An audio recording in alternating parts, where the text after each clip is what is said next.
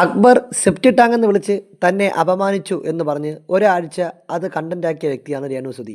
ആര് പറഞ്ഞാലും മാപ്പ് കൊടുക്കില്ല എന്ന് തറപ്പിച്ച് പറഞ്ഞിരുന്നു. ബിഗ് ബോസ് പറഞ്ഞാൽ പോലും മാപ്പ് കൊടുക്കില്ല, വേണമെങ്കിൽ അവരെന്നെ ഈ വീട്ടിൽ നിന്ന് പുറത്താക്കട്ടെ, എന്നാലും ഞാൻ മാപ്പ് കൊടുക്കില്ല എന്ന് തറപ്പിച്ച് പറഞ്ഞ ആളാണ് രേണുസുതി.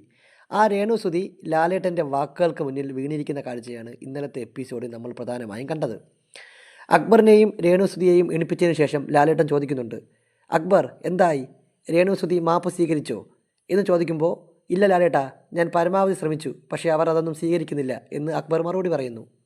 അതിനുശേഷം രേണുസുതിയെ എഴുന്നേൽപ്പിച്ചിട്ട് ചോദിക്കുന്നുണ്ട് ലാലേട്ടൻ, എന്താണ് പ്രശ്നം, എന്തുകൊണ്ടാണ് ക്ഷമിക്കാത്തത്? ക്ഷമ എന്ന് പറയുന്നത് വലിയൊരു വാക്കാണ്. അത് നിങ്ങൾ ക്ഷമിക്കുമ്പോൾ നിങ്ങൾ അയാളെക്കാൾ വലിയവനാവുകയാണ് ചെയ്യുന്നത്. അപ്പോൾ ക്ഷമിക്കുകയല്ലേ വേണ്ടത്?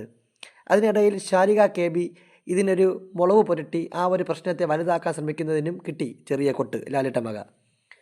ഞാനാണെങ്കിൽ ക്ഷമിക്കില്ല എന്ന് ശാരിക പറയുമ്പോൾ, എന്തിനാണ് ആ തീരുമാനം രേണുവിൻ്റെ മേൽ അടിച്ചേൽപ്പിക്കുന്നതെന്ന് ലാലേട്ടൻ ചോദിക്കുകയാണ്. ആ സമയത്ത് ശാരിക ഉത്തരമില്ലാതെ നിൽക്കുന്ന കാഴ്ച നമ്മൾ കാണുന്നുണ്ട്.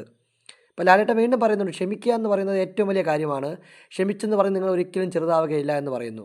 മറ്റ് നിവൃത്തിയില്ലാതെ ലാലേട്ടൻ്റെ വാക്കുകൾക്ക് മുമ്പിൽ ഇത്രയും ലക്ഷക്കണക്കിന് പ്രേക്ഷകരുടെ മുന്നിൽ രേണു മനസ്സറിഞ്ഞ് ക്ഷമിച്ചു എന്ന് അപ്പോൾ അവിടെ പറയുകയാണ്.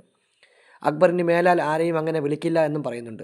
എന്തായാലും ലാലേട്ടൻ്റെ ചില വാക്കുകൾ അല്ലെങ്കിൽ ലാലേട്ടൻ്റെ ചില ഫിലോസഫികൾ ആളുകളെ എങ്ങനെ സ്വാധീനിക്കുന്നു എന്നതിനൊരു തെളിവ് കൂടിയാണ് ഇന്നലത്തെ ഈ ഒരു ചെറിയൊരു സംഭാഷണം. അതിവിടെ പറഞ്ഞതേ ഉള്ളൂ. കാര്യം രേണുസുതി എന്ത് പറഞ്ഞാലും ആര് പറഞ്ഞാലും എന്ത് പറഞ്ഞാലും ക്ഷമിക്കില്ല എന്ന് ഉറപ്പിച്ച് പറഞ്ഞെടുത്ത് നിന്ന് അദ്ദേഹം പറയുമ്പോൾ രേണുസുതി ക്ഷമിക്കാനുള്ള ആ ഒരു അല്ലെങ്കിൽ ആ ഒരു മനസ്സ് കാണിച്ചു എന്നുള്ളതാണ് ഏറ്റവും പ്രധാനപ്പെട്ട പ്രത്യേകത.